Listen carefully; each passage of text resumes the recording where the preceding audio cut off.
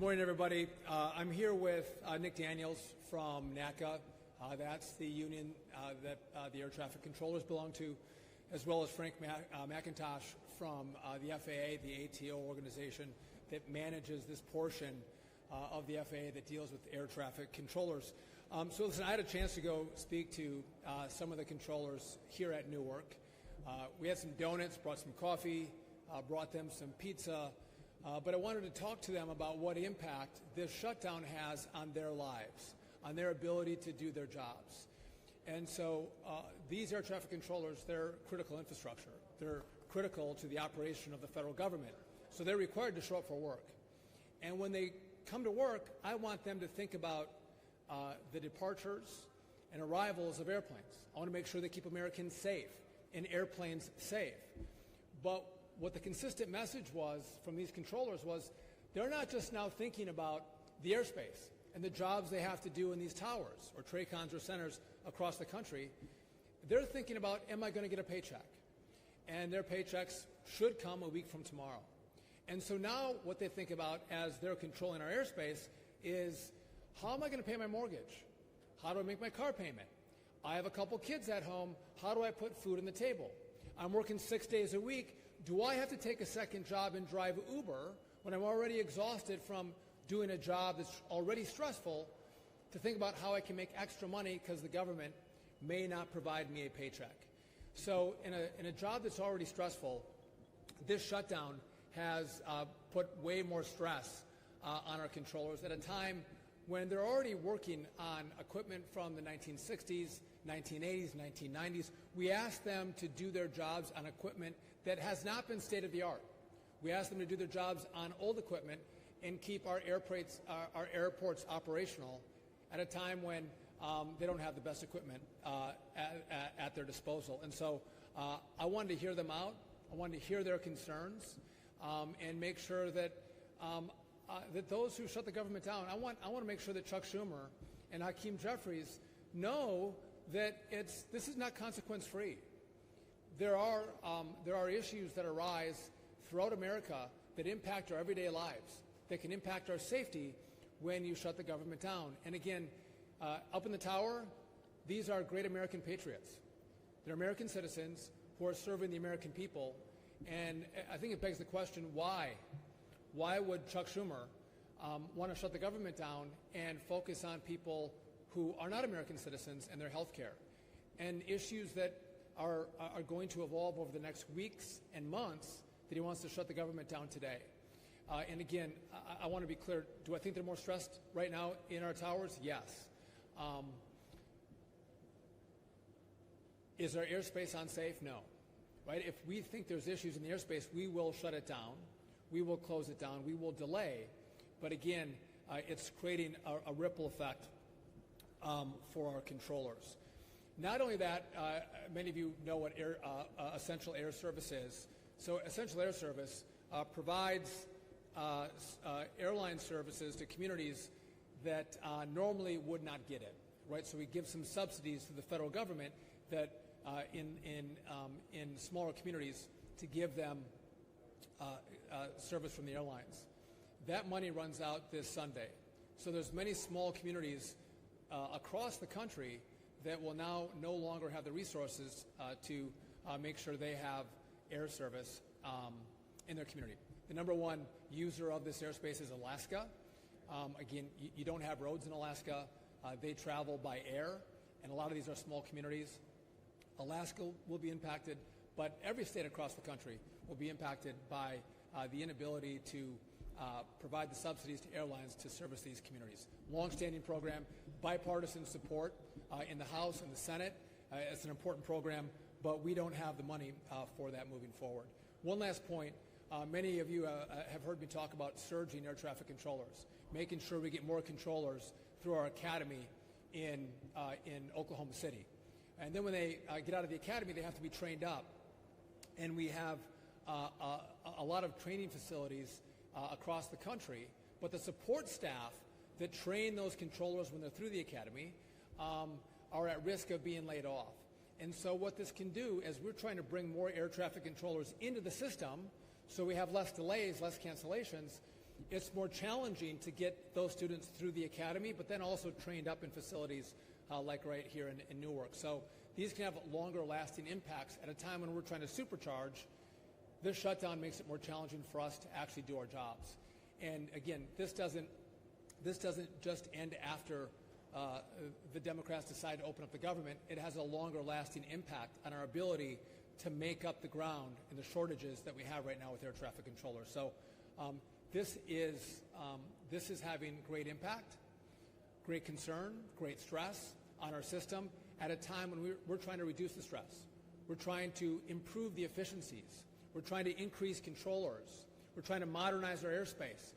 All things that the American people care about. And this shutdown, again, that Chuck Schumer wants to have because he wants to fund illegals' health care, makes no sense to me. I think he cares more about, and should care more about, what happens right here in the New York airspace and across the country as we want to make sure we have air travel safe and controllers focused not on their mortgages, not on the next paycheck, not on food on the table, but actually on making sure you and your family are safe. And so with that, again, I'm delighted to have the president of the Air Traffic Controllers Union, NATCA, Nick Daniels, here with me. He's going to say a few words, then we'll go to Frank McIntosh from the FAA to say a few words, and then we're happy to take any questions from all of you. Nick? So good afternoon. I am Nick Daniels.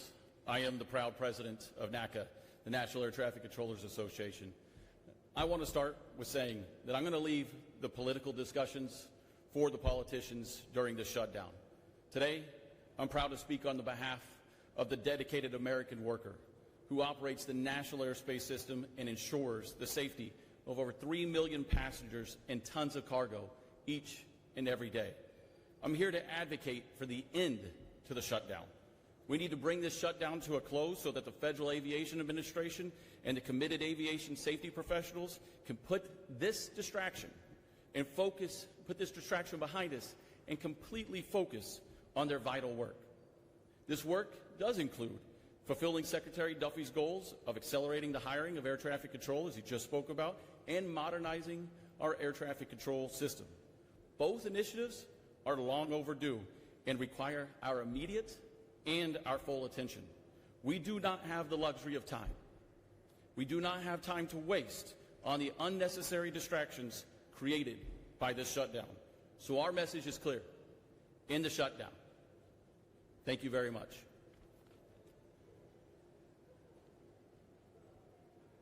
Good afternoon, everyone. My name is Frank McIntosh. I am the Air Traffic Organization Chief Operating Officer, and it is a privilege to be here. First and foremost, I'd like to thank Secretary Duffy and Nick Daniels for being here today. Once again, we went and saw an air traffic control facility staffed by men and women, air traffic controllers and technicians. Professionalism to safety is beyond reproach. And you see that amidst a very difficult time, a time of confusion where they show up, come to work, and keep people safe. What's on the line for us right now? We have a lot of momentum, thanks to Congress and $12.5 billion of a down payment of a modernization of an air traffic control system. We have a surge of air traffic controllers, per Secretary Duffy's plan, to get us healthy. I want to speak about Newark specifically. 24 controllers out of the 37 allocated, 9 in training. They are finally on the right path to get healthy, to provide critical services to this airport. I need those 9 individuals that are in training to just concentrate on becoming controllers and not add any other ambiguity to what they do day in and day out.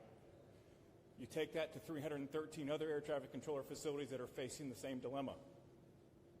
Our controllers need the best. We're on the way of delivering that, but we also need to make sure that we come together and ensure that we remove that ambiguity and make sure that a government shutdown is not prolonged and we do not lose the momentum that we finally gained over the last 9 months, 10 months.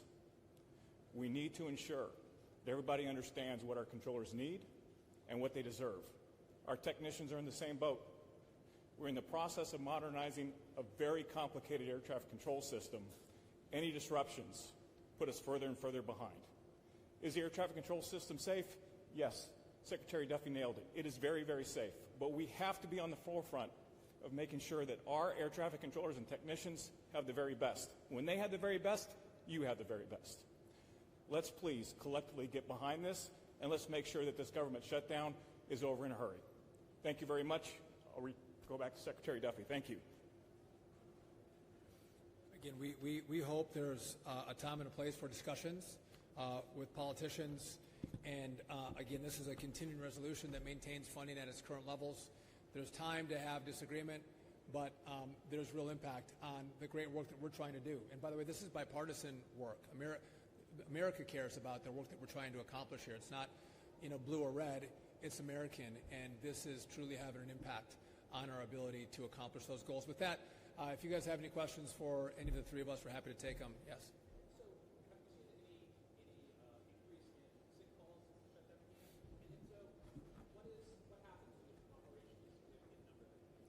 So we're tracking sick calls, sick leave, and have we had a slight tick up in sick calls? Yes. And then you'll see delays that come from that, right? Because again, our priority, I want to see your flight not be delayed.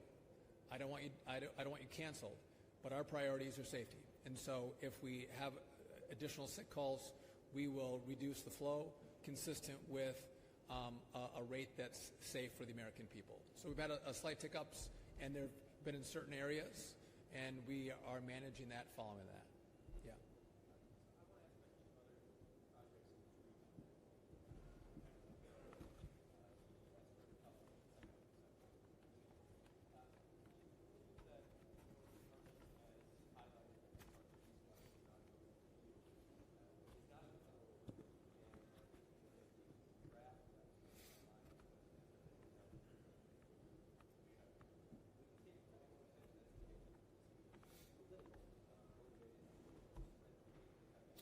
So you're talking about Second Avenue Subway and the Gateway project. Just let's be clear, these are the two biggest projects in the Western Hemisphere. They're massive projects. Several months ago, I sent out a letter telling everyone who receives federal money to follow the law. And again, this is in regard to disadvantaged businesses. So there has been a tendency with some of these projects to look at race and sex as a disadvantaged business as opposed to the size of the company as a disadvantaged business. This is unconstitutional. It's contrary to law. And so we had sent out notice. Again, months ago, we let them know that this was going to go under review. When the shutdown happened, our Civil Rights Division, most of it was furloughed. So the review process is going to take longer than what we would anticipate. So that's the process in which we're working through. And again, this is not shocking to anybody.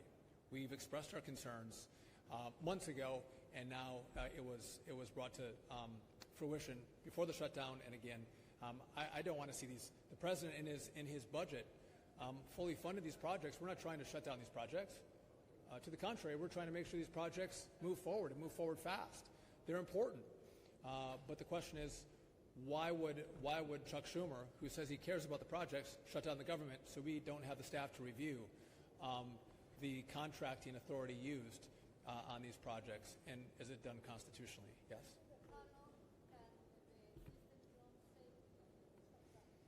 So how long can the system run safely?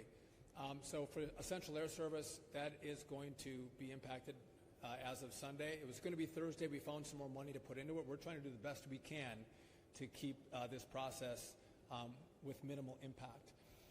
The controllers have to show up for work, right? They have to come to work. They're part of our critical infrastructure. The problem is they're going to show up for work, and they're not going to get paychecks. And like everybody here, these are working men and women who rely on their paychecks, and they set up their payments consistent with when their paychecks are going to come in. And they're going to do the work.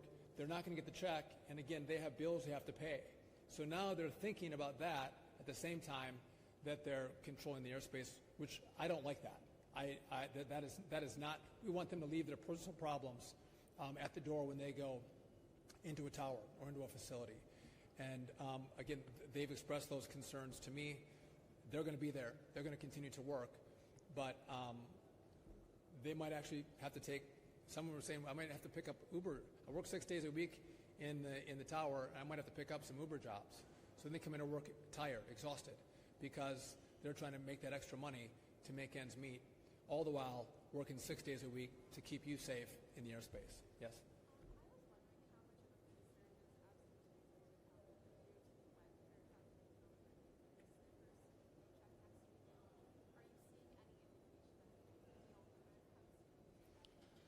So absenteeism as a concern, again, we've had a few airports and we're tracking it. We don't have one facility that has had long-term issues with the sick leave, but that is concerning to me. And if someone has to take sick leave to drive Uber to make the difference, those are decisions they're going to make themselves. But of course, that's concerning for us. These are high-skilled, high-performing, safety-driven professionals. That I don't want them driving Uber. I don't want them finding a second job to pay the bills. I want them to get paid for the work they're doing today, keeping our planes in the air and our skies safe. Yes.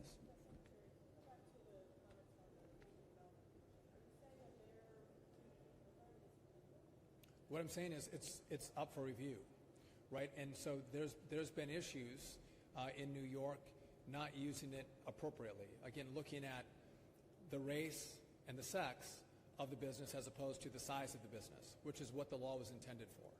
And so we're going to do a review because of what's happened in the past in New York. And again, we've been quite clear with New York and with others that that's the review that we're going to undertake. And so it's happening right now. And again, it's going to take us a longer time because we don't have the staff that's been furloughed because of the shutdown to get through that review process. Yes?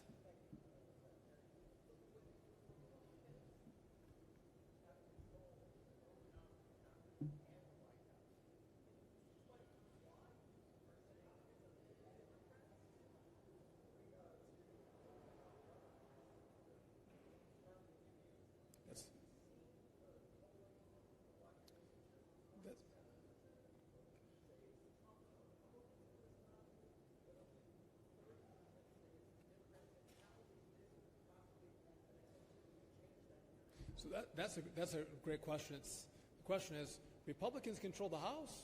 Republicans control the Senate. Republicans have the White House. I know you know better than you know my answer is. You know the answer to this. In the House, Republicans passed a bill to fund the government, continue the funding levels, the funding streams that were in existence at the end of September. The problem you have in the Senate is that you have a filibuster rule. It's a 60-vote threshold. So Republicans by themselves cannot pass what the House passed.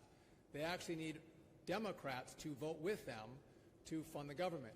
And if Democrats say no, again, there's over 50% of senators in the Senate who have voted to fund the government. And by the way, it's been bipartisan. Several Democrats have voted to open up the government and to continue the conversations and negotiations.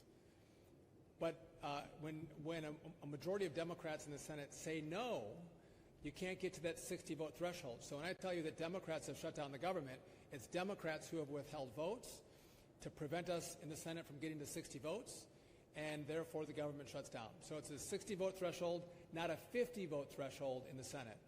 And again, if Leader Schumer wants to do a one-off and say, for this vote, you don't need Democrats, we'll just go with a simple majority, that's great. And it'll open back up. But he's using his leverage point of the filibuster rule to make sure the government stays shut down, because you can't get to 60 votes without Democrats. That's a problem. I haven't seen the polling to which you refer, but I look at this and go, Republicans, again, have tried to just continue funding at current levels. Republicans have tried that. Democrats have tried to say there's other things that we want in this bill. And again, it does beg the question, why are we so concerned about illegals' health care? Why is that an issue? Again, we should care about Americans. We should care about American citizens, Americans' air travel. That's who we were elected to represent. And so I think the Democrats are misguided in what their priorities are. And they should focus on the American people as opposed to those who've come to the country illegally. Yes.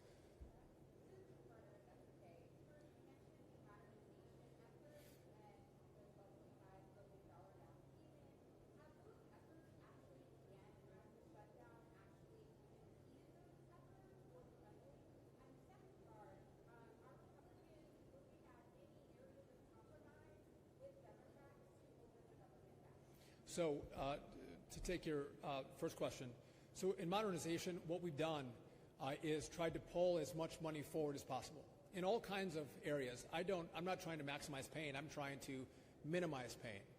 I'm trying to pull money forward and use money to make sure that we do all we can to function as well as possible. So we are continuing with the modernization effort. We're selecting an integrator, a project manager that's going to help us with this. I don't want it, no offense, Frank, but I don't want the FAA to manage this project by themselves. They're not project managers. So we're hopeful that that selection is going to be made by the end of this month, and that work is continuing right now as we go through that selection process. I would just note that we do have $12.5 billion out of $31.5 billion. A key component of that money that I don't have is the money to build the new software. Again, I'm using like a Windows 95 or a Windows XP, if you guys are old enough to know what those systems are like. That's the genre of programming that we're using. I want a brand new system, a brand new software system to manage our skies. I need the Congress to give us that, the rest of the money. I need those resources. And by the way, the new software, it's going to take us a while to have it developed, and then it has to be debugged, and then it has to be deployed. So this is the longest time frame of the issues that I have to deal with, which is why the longer I wait, the longer it takes. And so I do hope, and by the way, this is bipartisan. We're talking about partisan shutdowns right now. Democrats and Republicans agree with this, and I'm hopeful that they will move quickly as we come in after the shutdown, whether at the end of this year or the start of next year, to get us those resources. In regard to compromise, what Republicans have said is keep the current levels. Let's not change it. It's truly a continuing resolution. Just keep the government open and funded, and we have time to continue the conversations. But to be held hostage for health care for illegals, I don't think makes sense. Again, I don't think that's a compromise that Republicans are willing to make. President Trump has talked about America First. And America First means let's work on housing and health care and food and air traffic and air travel for American citizens. But to stand up and say we're going to fund something for those who are not here lawfully, I think is a problem for Republicans and the president. Yes?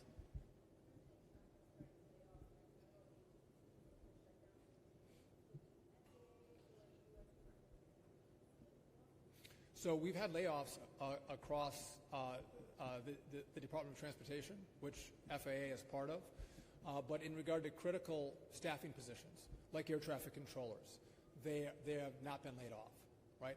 But the Civil Rights Division that reviews issues with the big projects in New York, they have been laid off.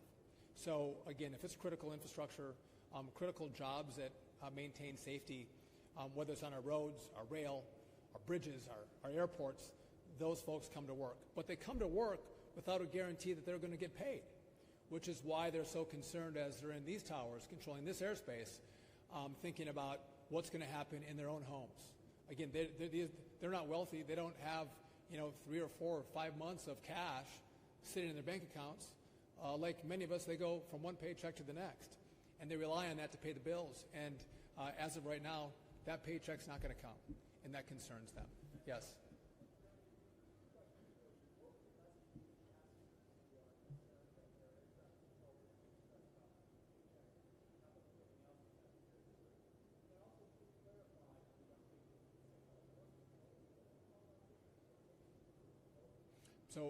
So just to be clear, I don't have TSA under my control, so all the complaints on TSA don't come to me.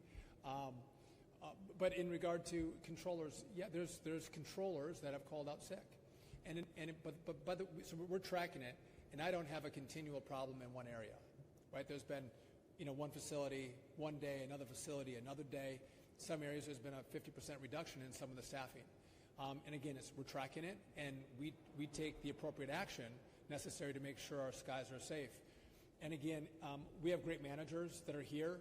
If we see there's issues in the tower that are affecting controllers' ability to effectively control the airspace, we'll reduce the rate, and you'll see more delays, or you might see a cancellation. I'm willing to do that before we're willing to risk anyone's life in the air. By the way, we're here in Newark. Just to at the end of April, early May, we had 2 outages that were very concerning. You saw the rate get reduced dramatically. We worked with Verizon and our other partners, and we put in redundant fiber lines as opposed to the old copper, and that has been functioning very well. The last stats I have for several months, Newark was the most on-time airport in the whole system. So things are going better here, and we're moving at a way different speed than what they moved in past administrations. Again, trying to address the problems as quickly as possible. We saw an outage at DFW a couple weeks ago. We had redundant lines in DFW, but they had a single point of failure in that system, which means you don't have redundancy. And that single point of failure failed, and you saw some mass outages that rippled through the system. Again, those are the issues that we're looking at, which is why part of the $12.5 billion is to rebuild the telecom infrastructure and make sure you don't have another Newark, you don't have another DFW. You take care of it, you do it right, you do it fast, and you make it worthy of 2025, not worthy of 1998. One more question.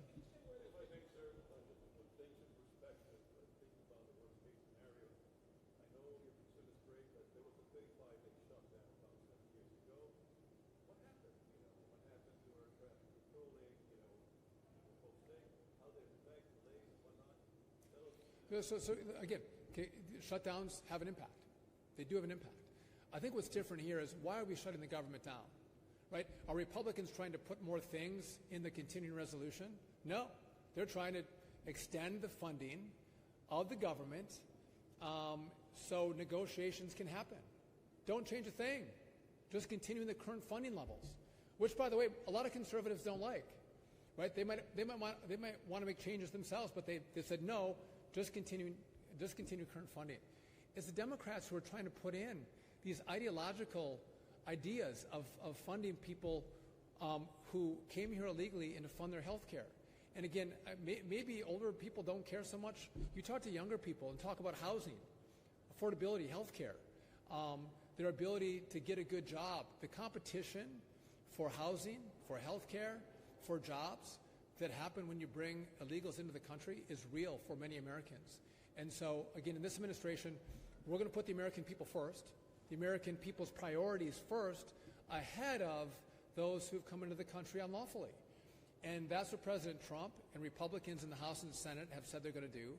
And it begs the question, why would Chuck Schumer want to change the funding stream for illegals and to get that be willing to shut down our government? It doesn't make any sense. Again, illegals don't vote for Chuck Schumer. They don't. But citizens of New York do, and there's real impacts in New York and in New Jersey where we're at right now. And so I don't know what the strategy is. Again, continue the current levels of funding. Have a conversation. But don't try to take the American people hostage with a shutdown and make sure that controllers don't have their paychecks, because that makes you feel better because you're fighting for illegals. Well, no. These controllers say, well, fight for us. Fight for my paycheck. I work hard for you, Chuck. Maybe you should work hard for me. And again, take weeks, take a couple months, and have the conversation with Republicans, but don't hold Americans hostage because you want to fund illegals' health care. That makes no sense. Again, by the way, no offense, Nick, but controllers, a pretty wide array of political opinions. Again, probably lean a little more Democrat than Republican, but they want to be paid. They want to be paid for their work. Just like all you want to be paid for your work. They too want to get paid for their work. They don't have to think about where that paycheck's going to come from.